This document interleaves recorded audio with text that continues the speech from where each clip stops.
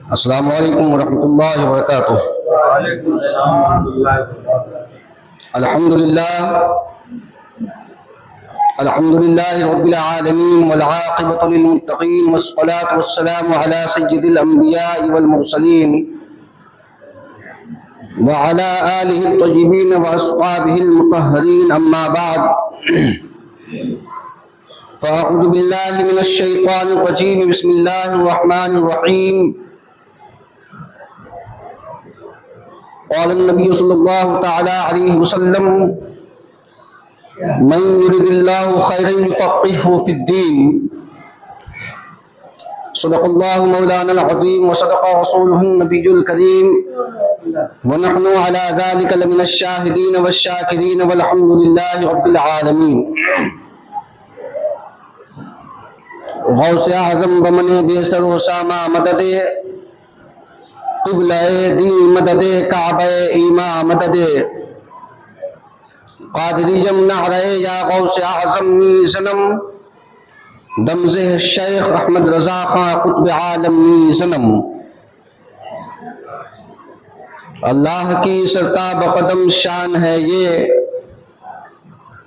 اللہ کی سرتاب قدم شان ہے یہ، انسان نہیں انسان وہ انسان ہے یہ۔ قرآن تو ایمان بتاتا ہے انہیں، قرآن تو ایمان بتاتا ہے انہیں، ایمان یہ کہتا ہے میری جان ہے یہ، ایمان یہ کہتا ہے میری جان ہے یہ۔ عزیزان ملت اسلامیہ، خطبہ مسنونہ کے بعد میں نے حدیث پاک کا ایک ٹکڑا پیش کرنے کی سعادت حاصل کیا ہوں۔ آئیے اس کے ماتحت کچھ لب کشائی کرنے سے پہلے ہم اور آپ اپنے اور ساری کائنات کے مرکز عقیدت گنبد خضرا میں آرام فرمانے والے آقا حضور تاجدار مدینہ سرور قلب و سینہ احمد مجتبی محمد مصطفیٰ صلی اللہ تعالی علیہ وسلم کی بارگاہ میں اپنی غلامی کا ثبوت دیتے ہوئے درود و سلام کی ڈالی پیش کریں۔ پڑھیں اللہم صلی علی سیدنا شفیعنا و حبیبنا و نبینا و مولانا محمد بارک وسلم، صلاۃ و سلام علیک یا حبیبی یا رسول اللہ صلی اللہ تعالی علیہ وسلم۔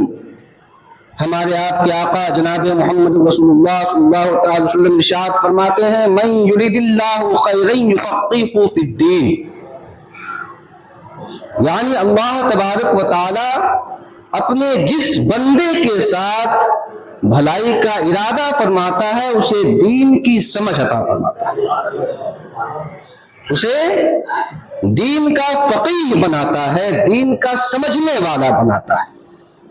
دوسرے لفظوں میں یہ کہہ لیں کہ اللہ تبارک و تعالی جس سے بھلائی کا ارادہ فرماتا ہے اسے عالم دین بناتا ہے، کیونکہ دین وہی سمجھے گا جس کے اندر علم دین ہو، دین کا علم و دین کی سمجھ۔ اور ایسے ہی لوگوں کے لیے قرآن مقدس میں ارشاد ہوتا ہے: انما یخشی اللہ من عبادہ العلماء، کہ بے شک اللہ سے ڈرنے والی کوئی جماعت ہے تو وہ علماء کی جماعت ہے، عالموں کی جماعت ہے۔ پیارے دوستو، اب یہاں سے اندازہ لگ سکتا ہے، آپ اندازہ لگا سکتے ہیں، سوچ اور سمجھ سکتے ہیں کہ علم اور اہل علم کا مقام کتنا بلند ہے۔ ایک مقام پہ ہمارے آپ کے آقا دونوں عالم کے داتا جناب محمد رسول اللہ ارشاد فرماتے ہیں: من زار عالما قد زارنی، جس نے کسی عالم کی زیارت کی اس نے میری زیارت کی۔ ومن صافح عالما فقد صافحنی، کہ جس نے کسی عالم سے مصافحہ کیا گویا اس نے مجھ سے مصافحہ کیا۔ ومن جالس عالما فقد اجلسہ اللہ یوم القیامۃ فی الجنہ، اور جو کوئی عالم کی مجلس میں بیٹھا تو اللہ تبارک و تعالیٰ قیامت کے دن اس کو میرے ساتھ جنت میں بٹھائے۔ یہ اہل علم کا مرتبہ، اس کا مقام ہوتا ہے۔ پیارے دوستو، جب ہم اہل علم حضرات کہ جب مقدس زندگیوں کو دیکھتے ہیں، پڑھتے ہیں، تو ان کا مقام، ان کا مرتبہ بہت ہی اونچا اور بلند دکھائی دیتا ہے۔ ان فقیہوں میں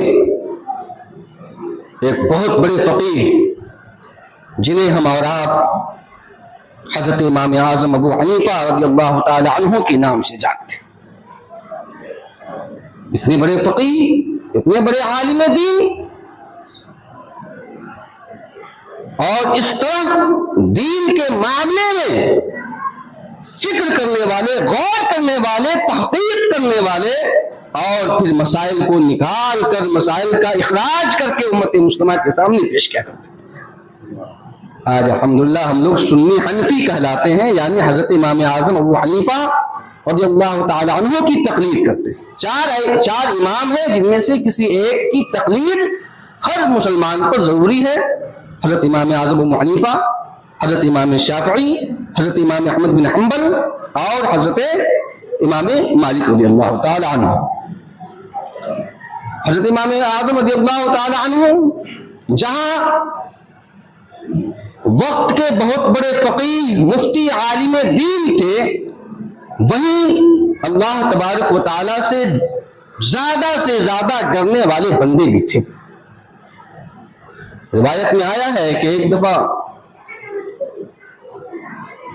امام اعظم ابو حنیفہ رضی اللہ تعالی عنہ راستے سے جا رہے، ایک راستے سے سفر کر رہے تھے، اور آپ کھراؤن پہنتے تھے، لکڑی کی جو چپل ہوتی تھی اسے پہنتے تھے۔ دیکھیے گا کس طرح سے وہ اللہ سے ڈرا کرتے تھے، اور مخلوق کو کوئی تکلیف نہ پہنچے، چھوٹی سی بھی تکلیف نہ پہنچے، اس کا بھی خیال کیا کرتے تھے۔ راستے سے گزر رہے ہیں اور آپ کی کھراؤن سے کچھ کیچڑ اچھل کر ایک گھر کی دیوار پہ پڑ جاتا ہے۔ اچھا، اس سمے کا گھر وہ مٹی کی دیوار ہوتی تھی اس میں، تو آپ نے سوچا کہ میرے اوپر ضروری ہے کہ جب یہ دیوار مجھ سے گندی ہوئی ہے، میری چپل سے گندی ہوئی ہے، تو ضروری ہے کہ میں اسے صاف کروں۔ اگر صاف نہیں کروں گا مجرم بن جاؤں گا۔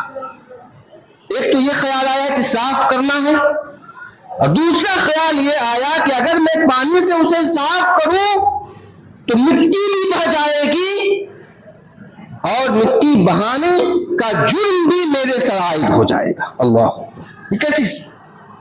ایک تو صاف کرنا یہ بھی ضروری ہے، اور اگر صاف کرنے جاؤں اور اس دھلے کے درمیان جو مٹی بہہ جائے گی تو یہ بھی تو ایک نقصان ہوا دیوار کا، تو اس وجہ سے پھر ایک دوسرا جرم ہو جائے گا مجھ سے۔ اسی خیال میں تھے، کشمکش میں تھے، سوچ رہے تھے کیا کریں۔ اب اندازہ لگائیے کیسے لوگ تھے کہ تھوڑا کیچڑ پڑ گیا تو اس طرح محتاط ہیں۔ لیکن آج ہم خود کو دیکھیں کہ ہم اپنے بھائی کا مال ہڑپ لیتے ہیں لیکن کچھ بھی احساس نہیں ہوتا۔ ہم اپنے بھائی کے دل کو دکھا دیتے ہیں لیکن پھر بھی کوئی احساس نہیں ہوتا، جبکہ حقیقت تو یہ ہے۔ یہاں پہ ایک دوسری روایت میں پیش کرنا چاہتا ہوں کہ حضرت ام المومنین حضرت عائشہ صدیقہ رضی اللہ تعالی عنہ ایک دفعہ حضور پاک علیہ الصلوۃ والتسلیم کی خدمت میں تھی، چاندنی رات تھی۔ پیارے آقا علیہ الصلوۃ والتسلیم بڑے خوش ہوئے، اور جب خوش ہوئے تو ارشاد فرمایا، عائشہ کچھ مانگنا چاہتی ہو تو مانگ لو۔ عائشہ کچھ مانگنا چاہتی ہو، کچھ طلب ہے، کچھ خواہش ہے تو ظاہر کرو۔ تو میں عائشہ آخر بیٹی کس کی تھی؟ اللہ اکبر، صدیق اکبر کی تھی۔ وہ صدیق اکبر جو نبیوں کے بعد انسانوں میں سب سے افضل ہیں، سب سے اعلیٰ ہیں، تمام صحابیوں میں سب سے افضل، اور نبیوں کے بعد تمام انسانوں میں سب سے افضل، انہی کی پروردہ تھی، انہی کی بیٹی تھی حضرت عائشہ۔ عرض کرتی ہوں حضور تھوڑی دیر کے لیے مہلت دے دیجئے، میں اپنے والد حضور سے دریافت کر کے آتی ہوں کہ حضور مجھ سے فرما رہے ہیں کہ عائشہ جو مانگنا چاہتی ہو مانگ لو۔ آخر میں حضور سے کیا مانگوں؟ کچھ مہلت دے دیجئے، میں اپنے والد سے پوچھ کر آتے ہیں۔ جب حضرت عائشہ صدیقہ رضی اللہ تعالی عنہ حضرت ابو بکر صدیق رضی اللہ تعالی عنہ کے پاس جب پہنچتی ہے، عرض کرتی ہے والد محترم مشورہ دیجئے، حضور نے اس طرح سے ارشاد فرمایا، کیا مانگوں حضور سے، کیا طلب کروں؟ تو آخر یار غار تھے نا، انسانوں میں سب سے افضل ہے تو سوچ بھی افضل ہوگی نا، فکر بھی افضل ہوگی۔ حضرت ابو بکر صدیق فرماتے ہیں بیٹا عائشہ مانگنا ہے تو حضور سے یہ مانگو کہ یا رسول اللہ شب معراج میں رب کے حضور جو راز و نیاز کی باتیں ہوئی تھی ان میں سے کچھ بات بتا دیجیے، کتنا اونچا خیال ہے۔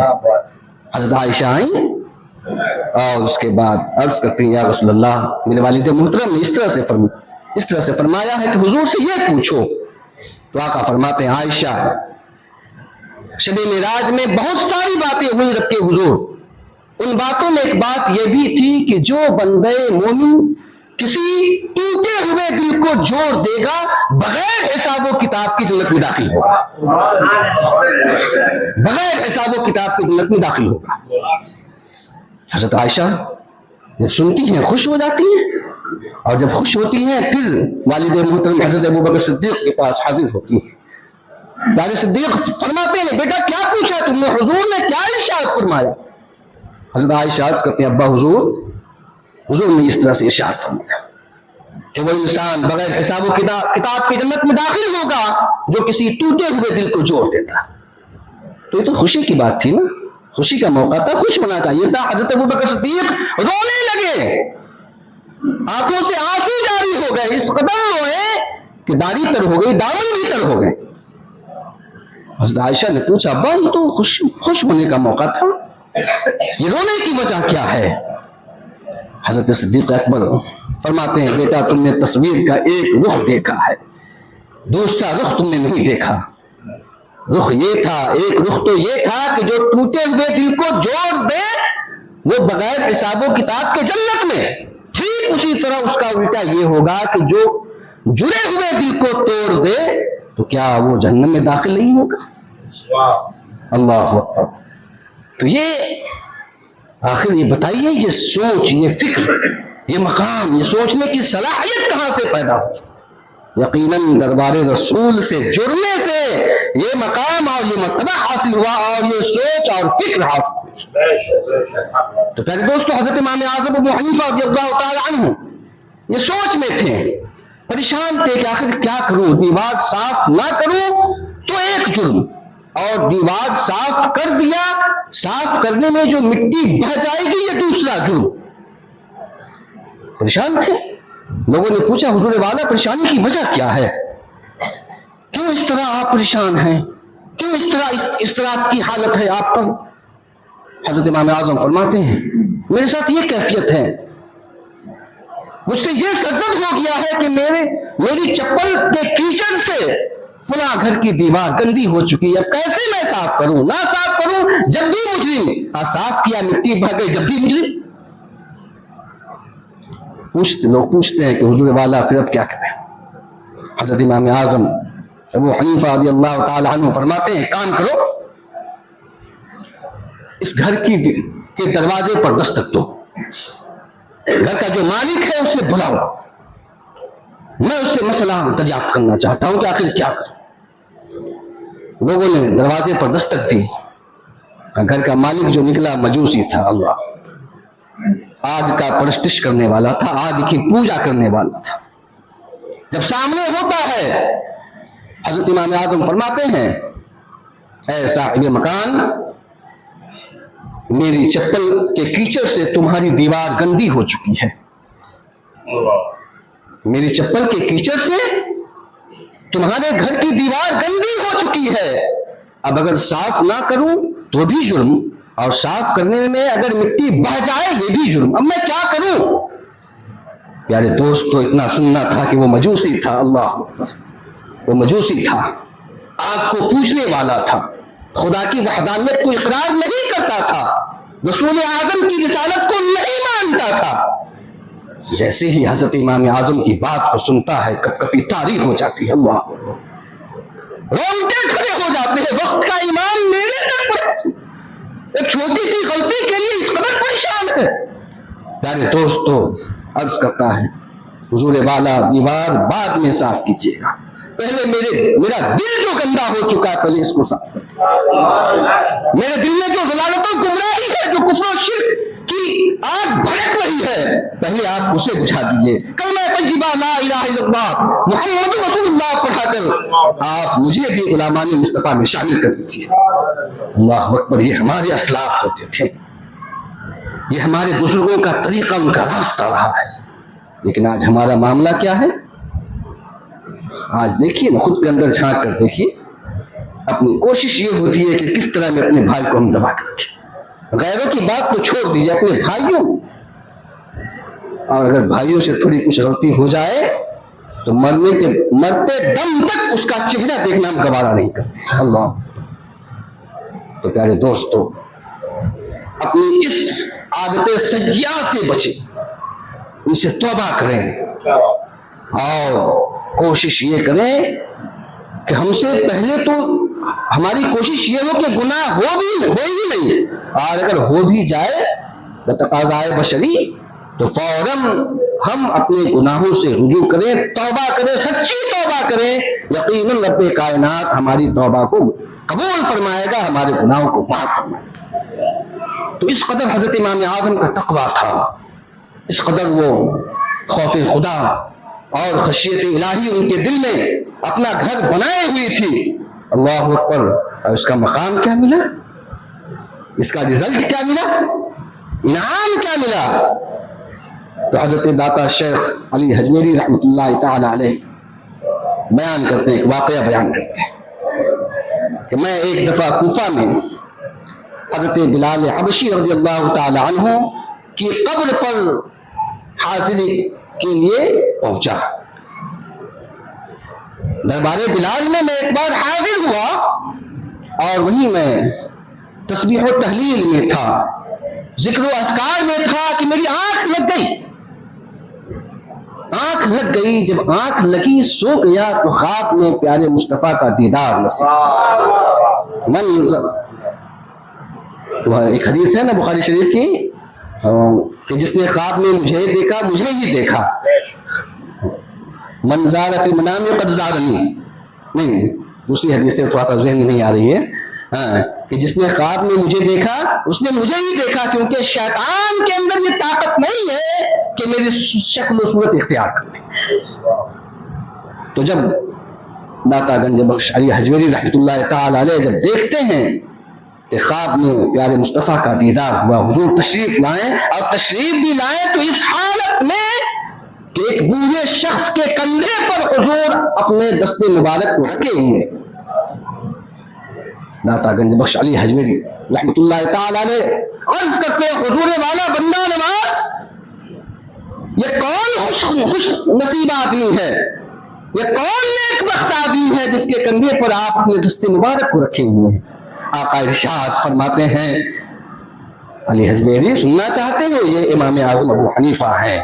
اللہ, یہ وقت کا امام اعظم ابو حنیفہ ہیں. تو پیارے دوستو آخر میں آپ سے پوچھنا چاہتا ہوں کہ ہمارے امام کو یہ مقام کیسے حاصل ہوا؟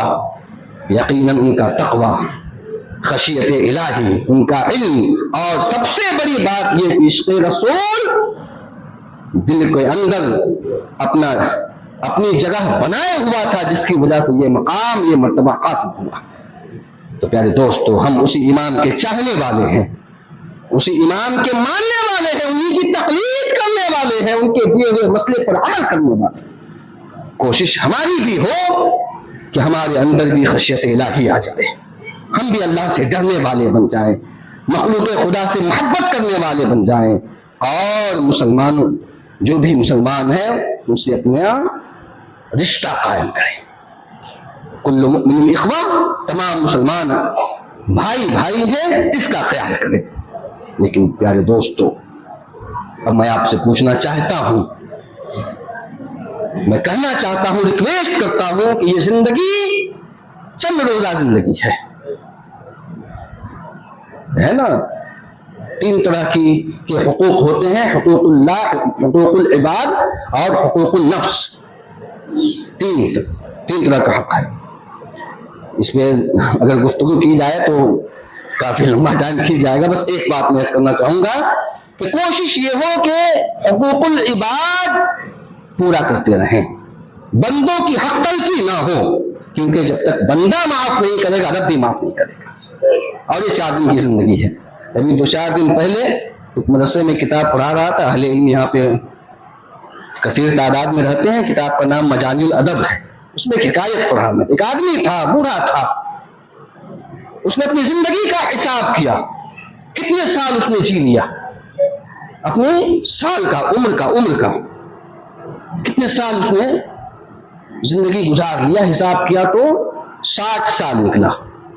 60 سال. پھر اس نے دنوں کا حساب کیا کہ 60 سال میں کتنے دن ہوئے، تو غالباً 21,900 کچھ دن ہوئے. جیسے ہی جب حساب لگایا چیخ پڑا، اور اس قدر چیخا، اس طرح وہ پریشان ہوا کہ اس پر بے ہوشی طاری ہو گئی. اور چیخا تو اس نے یہ کہا کہ اللہ اکبر، کہ ہم 21,900 کچھ دن ہم جی چکے ہیں، اگر ہر دن ایک گناہ کرتا رہا تو اتنے گناہوں کی تعداد لے کر کیسے میں رب سے ملاقات کروں گا، رب کے حضور حاضر ہوں گا. بے ہوش ہو گیا، گر پڑا. پھر جب ہوش آیا دوبارہ اس نے یہی بات کہی. اور پھر اس نے کہا افسوس ہے ایسے لوگوں پر جو ہر دن 10,000 گناہ کرتے ہیں. پھر اس قدر گناہوں کی تعداد لے کر، فہرست لے کر کیسے رب کے حضور حاضر ہوگا. پیارے دوستو، پھر اس پر غشی طاری ہوئی، بے ہوش ہوا، گر پڑا. لوگوں نے جب اس کو ہلایا تو اس کی موت ہو چکی تھی، اس کی جان جا چکی تھی. اللہ اکبر. تو پیارے دوستو، ہماری کوشش یہ ہو کہ ہم گناہوں سے بچنے والے بنیں، ہم گناہوں سے دور بھاگنے والے بنیں، اور اسی راستے پر عمل کریں جو راستہ پیارے مصطفیٰ نے دیا ہے. اسی طریقہ کو اپنانے کی کوشش کریں جو طریقہ مصطفیٰ پیارے نے دیا ہے. یقیناً طریقہ مصطفیٰ کو اپنانے میں ہی دنیا کی بھی کامیابی ہے اور آخرت کی بھی کامیابی ہے. اللہ پاک ہمیں کرنے سننے سے زیادہ عمل کی توفیق عطا فرمائے. آمین ثم آمین. وآخر دعوانا ان الحمدللہ رب العالمین. السلام علیکم ورحمۃ اللہ وبرکاتہ. کھڑے ہو کر سنیے.